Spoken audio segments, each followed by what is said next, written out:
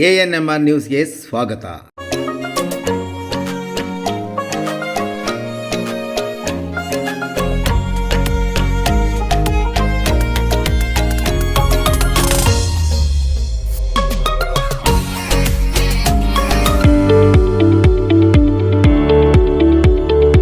DE Preethi CBSE school Thimmasandra Chintamani. ನಮ್ಮ ಶಾಲೆಯಲ್ಲಿ 2024-25ನೇ ಸಾಲಿನ pre school, LKG, UKG, grade 1 to grade 10 CBSE ಪಠ್ಯಕ್ರಮದ ದಾಖಲಾತಿ ಪ್ರಾರಂಭವಾಗಿದೆ.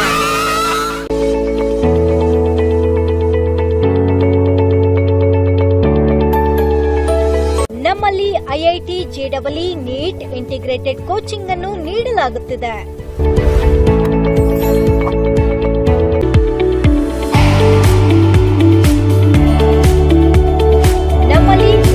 ಕರಾಟೆ, ಡ್ಯಾನ್ಸ್ ಮುಂತಾದ ಕೋ-ಕರಿಕ್ಯುಲರ್, ಎಕ್ಸ್ಟ್ರಾ ಕರಿಕ್ಯುಲರ್ ಆಕ್ಟಿವಿಟೀಸ್ ತರಬೇತಿಯನ್ನು ನೀಡಲಾಗುತ್ತಿದೆ.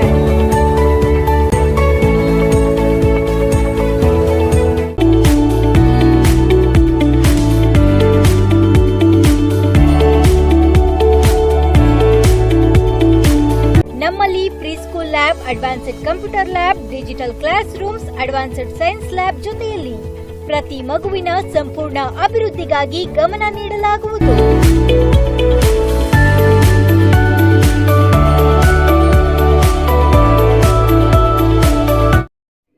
ಪ್ರಧಾನಮಂತ್ರಿಗಳಿಂದ ಮಾಂಗಲ್ಯ ಕಿತ್ತು ಮುಸ್ಲಿಮರಿಗೆ ನೀಡುವ ಹೇಳಿಕೆ ನಿರೀಕ್ಷಿಸಲಿಲ್ಲ. ಸಚಿವ ಡಾಕ್ಟರ್ MC ಸುಧಾಕರ್. ಹಿಂದೂ ಹೆಣ್ಣು ಮಕ್ಕಳ ಮಾಂಗಲ್ಯ ಕಿತ್ತು ಮುಸ್ಲಿಮರಿಗೆ ನೀಡುತ್ತಾರೆಂದು ದೇಶದ ಪ್ರಧಾನಿ ನರೇಂದ್ರ ಮೋದಿ ಹತಾಶರಾಗಿ ಕೀಳು ಮಟ್ಟದ ಹೇಳಿಕೆ ನಿರೀಕ್ಷಿಸಲಿಲ್ಲವೆಂದು ರಾಜ್ಯ ಉನ್ನತ ಶಿಕ್ಷಣ ಸಚಿವ ಡಾಕ್ಟರ್ MC ಸುಧಾಕರ್ ಬೇಸರ ವ್ಯಕ್ತಪಡಿಸಿದರು.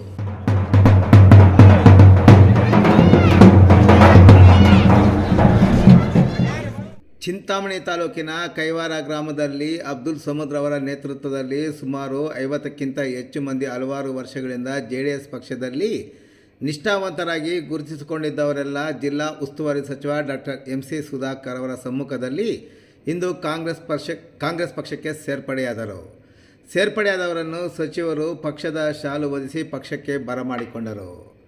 ನಂತರ ಸಚಿವ ಡಾಕ್ಟರ್ MC ಸುಧಾಕರ್ ಅವರು ಮಾತನಾಡಿ, ಪ್ರಧಾನಿ ನರೇಂದ್ರ ಮೋದಿ ಕಳೆದ 10 ವರ್ಷದ ಹಿಂದೆ ಸ್ವಿಸ್ ಬ್ಯಾಂಕ್ನಲ್ಲಿರುವ ಕಪ್ಪು ಹಣ ತಂದು ಭಾರತೀಯರ ಪ್ರತಿಯೊಬ್ಬನ ಖಾತೆಗೆ 15 ಲಕ್ಷ ಹಾಕುವುದಾಗಿ ಸುಳ್ಳು ಹೇಳಿ ಕೇಂದ್ರದಲ್ಲಿ ಇಷ್ಟು ದಿನ ಅಧಿಕಾರ ನಡೆಸಿದರು ಎಂದು ಆರೋಪಿಸಿದರು. ಕಳೆದ 6 ತಿಂಗಳ ಹಿಂದೆ ರೈತರ ಬರಗಾಲ ಪರಿಸ್ಥಿತಿ ಸಮೀಕ್ಷೆ ನಡೆಸಿದ ಅಧಿಕಾರಿಗಳು ವರದಿಯನ್ನು ಪರಿಶೀಲಿಸದೆ ಉದ್ದೇಶಪೂರ್ವಕವಾಗಿ ರಾಜ್ಯವನ್ನು ನಿರ್ಲಕ್ಷಿಸಿ ಸುಪ್ರೀಂ ಕೋರ್ಟ್ಗೆ ಮೊರೆ ಹೋದ ಮೇಲೆ ಕೇಂದ್ರ ಸರ್ಕಾರ ರಾಜ್ಯಕ್ಕೆ ಹಣ ಬಿಡುಗಡೆ ಮಾಡುವುದಾಗಿ ಒಪ್ಪಿಕೊಂಡು ಸರ್ವಾಧಿಕಾರ ಧೋರಣೆ ಅನುಸರಿಸುತ್ತಿದೆ ಎಂದು ಕಿಡಿಕಾರಿದರು. ಮಾಜಿ ಪ್ರಧಾನಿ ದೇವೇಗೌಡ ಅವರ ಮನೆಯಲ್ಲಿನ ಒತ್ತಡದಿಂದ ಬಿಜೆಪಿ ಪಕ್ಷದೊಂದಿಗೆ ಹೊಂದಾಣಿಕೆಯಾಗಿದೆ. ದೇವೇಗೌಡ ಕುಟುಂಬದವರನ್ನು ಬಿಟ್ಟರೆ ಬೇರೆ ಯಾರೂ JDS ಪಕ್ಷದಲ್ಲಿ ಅಭಿವೃದ್ಧಿಯಾಗಲು ಸಾಧ್ಯವಿಲ್ಲ. ಅಪ್ಪಿತಪ್ಪಿ ಕೋಲಾರ ಕ್ಷೇತ್ರಕ್ಕೆ JDS ಅಭ್ಯರ್ಥಿಯನ್ನು ಬಿಟ್ಟುಕೊಟ್ಟಿದ್ದಾರೆ ಎಂದರು. ಪ್ರಧಾನಿ ನರೇಂದ್ರ ಮೋದಿ ಸಬ್ಕಾ ಸಾಥ್ ಸಬ್ಕಾ ವಿಶ್ವಾಸ್ ಮಾತನ್ನು ಹೇಳುತ್ತಾರೆ. ಎಲ್ಲಿದೆ ವಿಶ್ವಾಸ? ಅವರು ಜನರಿಗೆ ಮೋಸ ಮಾಡುತ್ತಾರೆ ಎಂದು ಆರೋಪಿಸಿದರು. ಈ ಬಾರಿ ನಡೆಯುವ ಲೋಕಸಭಾ ಚುನಾವಣೆಯಲ್ಲಿ ದೊಡ್ಡ ಮಟ್ಟದಲ್ಲಿ ಬಿಜೆಪಿ ಪಕ್ಷಕ್ಕೆ ಹಿನ್ನಡೆಯಾಗಲಿದೆ. ಅವರು ತಿಳಿದುಕೊಂಡ ರೀತಿಯಲ್ಲಿ ಹತಾಶರಾಗಿ ಮಾತನಾಡುತ್ತಿದ್ದಾರೆ ಎಂದು ಹೇಳಿದರು. ಈ ವೇಳೆ ಸೇರ್ಪಡೆಯಾದ ಕೈವಾರ ಗ್ರಾಮದ ಮುನಿರಾಜು, ಮುನ್ನಾ, ಬಾಬು, ಉಸ್ಮಾನ್, ಸಾದಿಕ್, ಫೈರೋಜ್, ಶಮು, ಶಬೀರ್, ಮೌಲಾ, ಮೆಹಬೂಬ್ ಖಾನ್, ಸಮೀರ್, ಸುಹೇಲ್, ಜಕಾವುಲ್ಲಾ, ಜಿಯಾ, ಸಯೀದ್, ಖಲೀಲ್, ತನ್ನು, ಜಹೇಬ್ ರವರನ್ನು ಕಾಂಗ್ರೆಸ್ ಪಕ್ಷದ ಶಾಲು ಹಾಕಿ ಸಚಿವ ಡಾಕ್ಟರ್ MC ಸುಧಾಕರ್ ಪಕ್ಷಕ್ಕೆ ಬರಮಾಡಿಕೊಂಡರು. ಈ ಸಂದರ್ಭದಲ್ಲಿ ಮುಖಂಡರಾದ ಜಾಫರ್ ಸಾದಿಕ್, ಬೊಟ್ಟು, ಅಸ್ಲಂ ಪಿಟ್ಟು, ಬ್ಲಾಕ್ ಕಾಂಗ್ರೆಸ್ ನಗರಾಧ್ಯಕ್ಷರಾದ ಡಾಬಾ ನಾಗರಾಜ್, ಆಸಿಫ್ ಮುಸ್ತಾಫ್ ಸೇರಿದಂತೆ ಸ್ಥಳೀಯ ಕಾಂಗ್ರೆಸ್ ಮುಖಂಡರು ಮತ್ತಿತರರು ಭಾಗವಹಿಸಿದ್ದರು.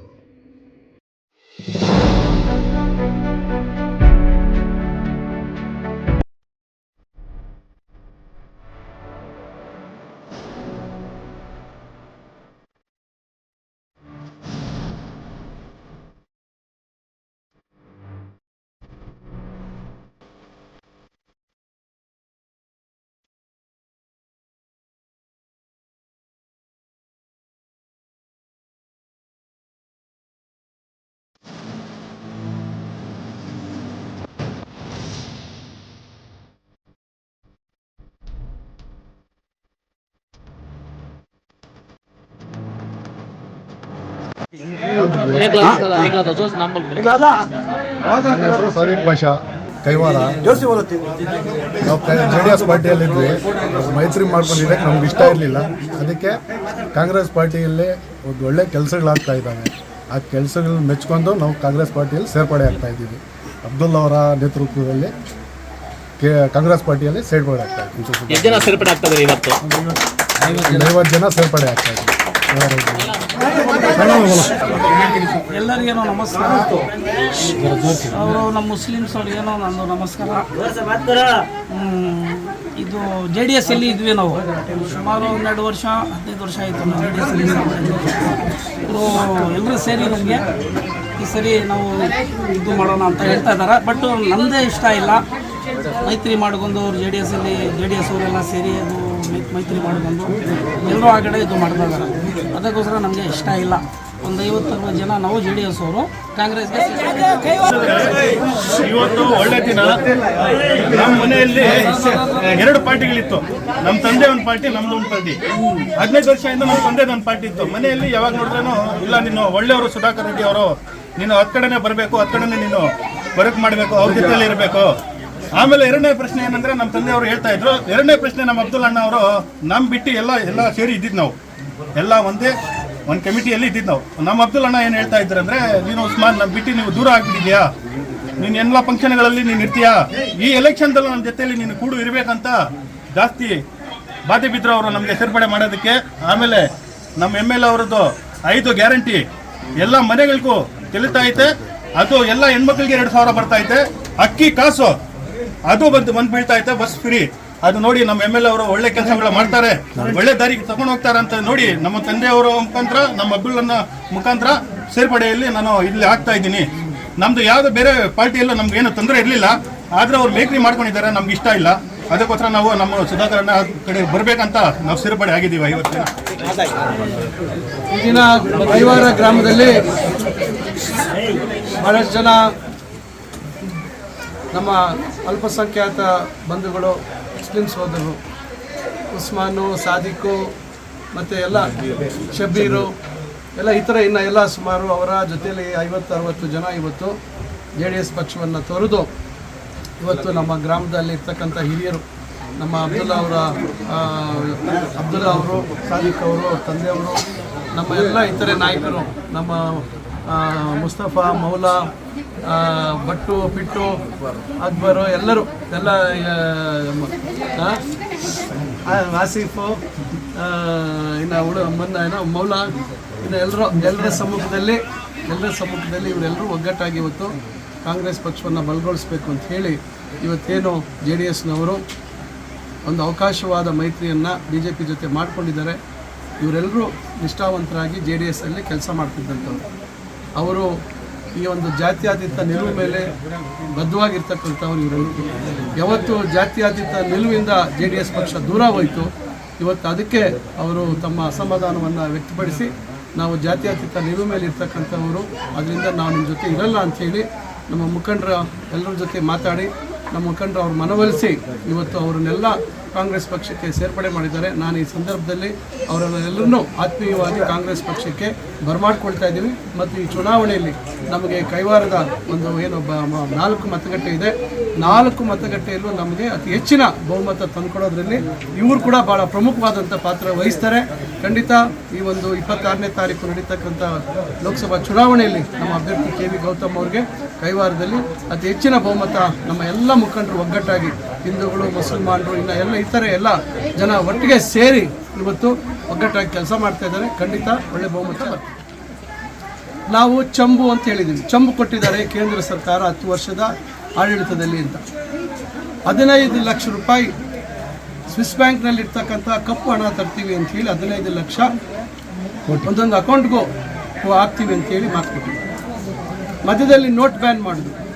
ವಿದೇಶದಲ್ಲಿರೋಂಥ ಕಪ್ಪಣ ತರ್ತೀವಿ ಅಂತೇಳಿ ದೇಶದಲ್ಲಿರೋ ಕಪ್ಪಣನ ನಾವು ಹೊರಗೆ ತರ್ತೀವಿ ಅಂತ ಹೇಳಿ ಅದು ಟುಸ್ ಪಟಾಕಿ ಆಗೋಯ್ತು. ಭಾಳ ಅವೈಜ್ಞಾನಿಕವಾಗಿ ಅದೊಂದು ತಪ್ಪು ನಿರ್ಣಯ ಅಂತಕ್ಕಂಥದ್ದಾಯಿತು. ಜೊತೆಗೆ ಏನು ನಮ್ಮ ರಾಜ್ಯಕ್ಕೆ ಬರಬೇಕಾಗಿರ್ತಕ್ಕಂಥ ನ್ಯಾಯಬದ್ಧವಾಗಿರ್ತಕ್ಕಂಥ ಪಾಲು, ನಾವೇನು ತೆರಿಗೆಯನ್ನು ಕೇಂದ್ರಕ್ಕೆ ಕಟ್ತೀವಿ, ಎಲ್ಲ ರೀತಿ ತೆರಿಗೆ, GSTಯಿಂದ ಹಿಡಿದು ಎಲ್ಲ ರೀತಿ ತೆರಿಗೆ ಸುಮಾರು 4.5 ಲಕ್ಷ ಕೋಟಿ ಬೇಯಿಸ್ತದೆ. ನಮ್ಮ ಮಾಹಿತಿ ತಂತ್ರಜ್ಞಾನದಿಂದ ಬರ್ತಕ್ಕಂಥ IT ಯಿಂದ ಬರ್ತಕ್ಕಂಥ ಲಾಭ ಅದು ಲೆಕ್ಕಕ್ಕಿಲ್ಲ, ಅದು ಲೆಕ್ಕ ಸಿಗೋದಿಲ್ಲ. ಇಷ್ಟೆಲ್ಲ ಕರ್ನಾಟಕದಿಂದ, ಅದು ವಿಶೇಷವಾಗಿ ಬೆಂಗಳೂರಿಂದ ಇವತ್ತು ಕೇಂದ್ರ ಸರ್ಕಾರಕ್ಕೆ ಹೋಗ್ತಾ ಇದೆ. ಆದರೆ ಕೊಡ್ತಾ ಇರ್ತಕ್ಕಂಥದ್ದು ಏನು ಅಂತಕ್ಕಂಥದ್ದು 13%. 100 ರೂಪಾಯಿ ನಾವು ಕೊಟ್ಟರೆ ನಮ್ಗೆ 13 ರೂಪಾಯಿ ಕೊಡುವಂಥ ಕೆಲಸ ಮಾಡ್ತಾ ಇದ್ದಾರೆ. ಇದ್ರ ವಿರುದ್ಧ ನಾವು ದೊಡ್ಡದಾಗಿ ಪ್ರತಿಭಟನೆ ಮಾಡಿ ಅದಕ್ಕೆ ನೀವು ನಮಗೆ ಚಂಪು ಕೊಟ್ಟಿದ್ದೀರಾ ಅಂತಕ್ಕಂಥದ್ದನ್ನು ಹೇಳಿದ್ದೀವಿ. ಮತ್ತು ರೈತರಿಗೆ ಏನಿವತ್ತು ಭೀಕರವಾದಂಥ ಬರಗಾಲ, ಸುಮಾರು 6 ತಿಂಗಳಿಂದ ಅಧ್ಯಯನ ತಂಡ ಬಂದು ಎಲ್ಲ ವರದಿ ಕೊಟ್ಟರು ಕೂಡ ಒಂದು ಕಮಿಟಿ, ಕೇಂದ್ರದಲ್ಲಿರ್ತಕ್ಕಂಥ ಏನು ಕಮಿಟಿ ಏನಿದೆ, ಡಿಸಾಸ್ಟರ್ ಮ್ಯಾನೇಜ್ಮೆಂಟ್ ಕಮಿಟಿ ಏನಿದೆ, ಅವರು ಸಭೆ ಕೂಡ ಸೇರಿಲ್ಲ ಬೇಕಂತೆ ಉದ್ದೇಶಪೂರ್ವಕವಾಗಿ. ಅದಕ್ಕೆ ನಾವು ಕೋರ್ಟ್ ಮೊರೆ ಹೋದ್ವಿ. ಕೋರ್ಟ್ಗೆ ಮೊರೆ ಹೋದಾಗ ನಿಮಗೆ ಗೊತ್ತಿದೆ 15 ದಿವಸದಿಂದ ಏನಾಯಿತು. ನಿನ್ನೆ ಏನು ಸುಪ್ರೀಂ ಕೋರ್ಟ್ ಏನು ಹೇಳಿದೆ ಅಂತ ಕೇಂದ್ರ ಸರ್ಕಾರ ಇವತ್ತು ಒಪ್ಕೊಂಡಿದ್ದೀವಿ. ನಾವು ಹಣ ಬಿಡುಗಡೆ ಮಾಡ್ತೀವಿ, ಚುನಾವಣಾ ಆಯೋಗದ ಅನುಮತಿ ಪಡ್ಕೊಂಡಿದ್ದೀವಿ ಅಂತೇಳಿ ಈಗ 29ನೇ ತಾರೀಕಿಗೆ ವಿಧಿಯಾಗಿದೆ. ಈ ವಾರದಲ್ಲಿ ನಾವು ಬಿಡುಗಡೆ ಮಾಡ್ತೀವಿ ಅಂತಕ್ಕಂಥದ್ದು ಹೇಳಿದ್ದಾರೆ. ಇವತ್ತು ಈಗ ಒಂದು ರೀತಿಯಲ್ಲಿ ಕರ್ನಾಟಕದ ರೈತರಿಗೆ, ಕರ್ನಾಟಕದ ಜನತೆಗೆ ಗೆಲುವು ತಂದುಕೊಟ್ಟಿದ್ವಿ. ಕಾಂಗ್ರೆಸ್ ಪಕ್ಷ ಈ ಒಂದು ಒಕ್ಕೂಟದ ವ್ಯವಸ್ಥೆಯಲ್ಲಿ ಏನು ನರೇಂದ್ರ ಮೋದಿ ಅವರ ಸರ್ಕಾರ ಇವತ್ತು ಒಂದು ಸರ್ವಾಧಿಕಾರಿ ಧೋರಣೆ ಇಟ್ಕೊಂಡು ವಿರೋಧ ಪಕ್ಷಗಳಿರ್ತಕ್ಕಂಥ ಸರ್ಕಾರಗಳಿಗೆ ಹಣ ಕೊಡಲ್ಲ ಅಂತಕ್ಕಂಥ ನೀತಿ ಏನಿದೆ, ಇವತ್ತು ಸುಪ್ರೀಂ ಕೋರ್ಟು ನಮಗೆಲ್ಲೋ ಒಂದು ಕಡೆ ಈ ಕರ್ನಾಟಕದ ಜನತೆ ಪರವಾಗಿ ನಿಂತಿದ್ದಾರೆ ಅಂತ ಹೇಳಿದ್ರೆ ತಪ್ಪಾಗಲಾರ್ದು. ಇದು ಒಂದು ಭಾಳ ಮಹತ್ವವಾದಂಥ ವಿಚಾರ. ಈಗ ಇದೆಲ್ಲ ನೋಡಿದಾಗ ಇನ್ನು ಖಾಲಿ ಚಂಬು ಅಂತ ಹೇಳಿದ್ರೆ ಇನ್ನೇನು ಹೇಳ್ಬೇಕು ಹೇಳಿ. ಅದರಿಂದ ದೇವೇಗೌಡರು ಪಾಪ ಈಗ ಮನಸ್ಸಿತ್ತೋ ಮನಸ್ಸಿಲ್ವೋ ಅವರು ಈಗ ಈ ವಯಸ್ಸಿನಲ್ಲಿ ಅವ್ರ ಜೊತೆ ಹೊಂದಾಣಿಕೆ ಮಾಡ್ಕೊಂಡಿದ್ದಾರೆ. ಏನು ಮಾಡೋದು, ಮನೆಯಲ್ಲಿ ಮಕ್ಕಳ ಒತ್ತಡ, ಮಕ್ಕಳ ರಾಜಕೀಯ ಭವಿಷ್ಯತ್ತು, ಅವ್ರು ಉಳಿಬೇಕು. ಮಕ್ಕಳಿದ್ರೇ ದೇವೇಗೌಡರು.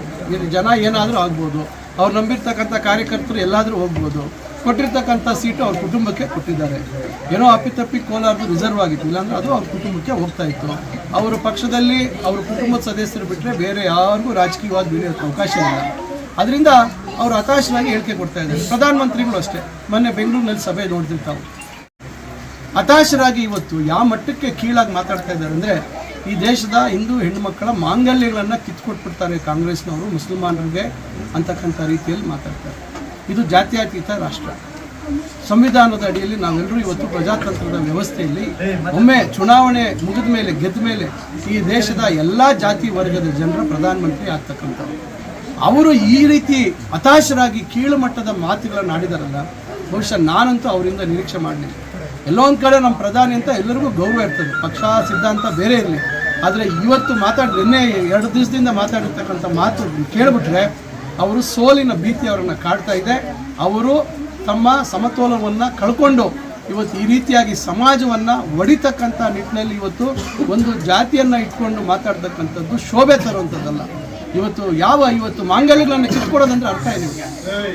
ನಮ್ಮ ಹಿಂದೂ ಧರ್ಮದಲ್ಲಿ ಮಾಂಗಲ್ಯಕ್ಕಿರ್ತಕ್ಕಂಥ ಪಾವಿತ್ರ್ಯತೆ ಎಷ್ಟು ದೊಡ್ಡದು. ಇವತ್ತು ಹಿಂದೂ ರಕ್ಷಕರು ಅಂತ ಹೇಳ್ತಾರಲ್ಲ, ಆ ರೀತಿ ಅವ್ರ ಬಾಯಲ್ಲಿ ಬರ್ಬೋದಾ ಮಾತ್ರ?